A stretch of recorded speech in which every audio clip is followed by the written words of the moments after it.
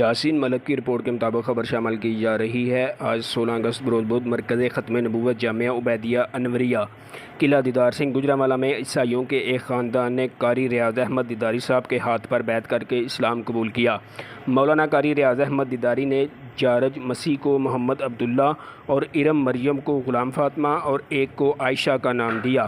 اس مبارک محفل میں قاری ارسلان، مولانا عبدالرحیم، قاری مشتاق عثمانی، قاری عبداللطیف خالدی، چودھری حامد ناصر وڑائچ، سلیم وڑائچ، نواز سرا، اسلم رحمانی، عادل ٹھیکیدار، منشا رحمانی اور محمد عاشر دیداری، سبحان دیداری، محمد دلاور دیداری اور طلباء جامعہ ہزا نے شرکت کی۔